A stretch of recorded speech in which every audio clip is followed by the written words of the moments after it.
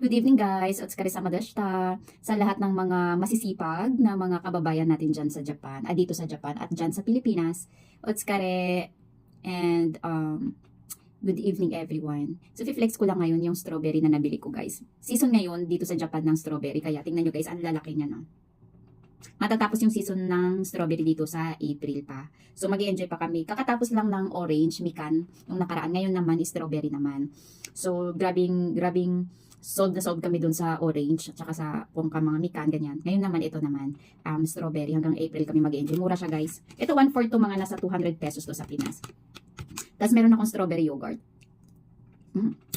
Tapos meron din ako condensed. Alam nyo guys, nung nakaraang, kukwento ko lang guys ha. Nung mga nakaraang linggo, merong isang hapon na nagpa-stress sa akin talaga. Alam mo yun, ang lakas niya kasi mang trip, hindi lang sa akin ha, sa ibang, kahit sa mga kapwa niya hapon, malakas siya mang trip guys.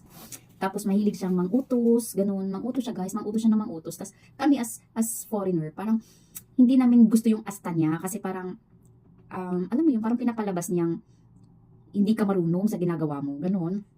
Which is alam namin yung ginagawa namin. Tapos, alam ko yung intention niya is good, nagtuturo, pero yung approach kasi, it's not the way I want. Kasi parang, ang angas ng dating. So, ang angas ng dating na parang lumalabas kami na stupid sa paningin niya. Ganun. Tikman na natin guys ha. Ayan guys.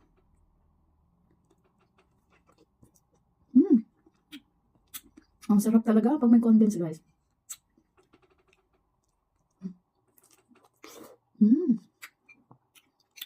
Ang sarap. Try natin ng walang condensed kasi parang hindi ko ako naka-feel ng asim.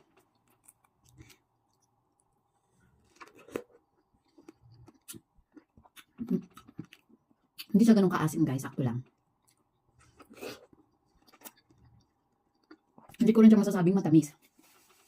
Basta may asim siya, parang hindi ko siya maano, parang santol. May asim. Pero masarap. Lalo na pag may condensed guys. Ito.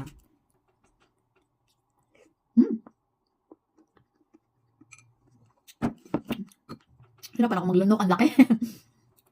Try naman natin yung may yogurt. Tingnan natin.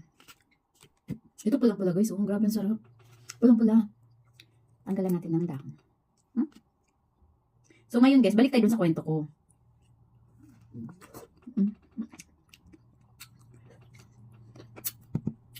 Hindi siya maganda sa yogurt guys. Maasim.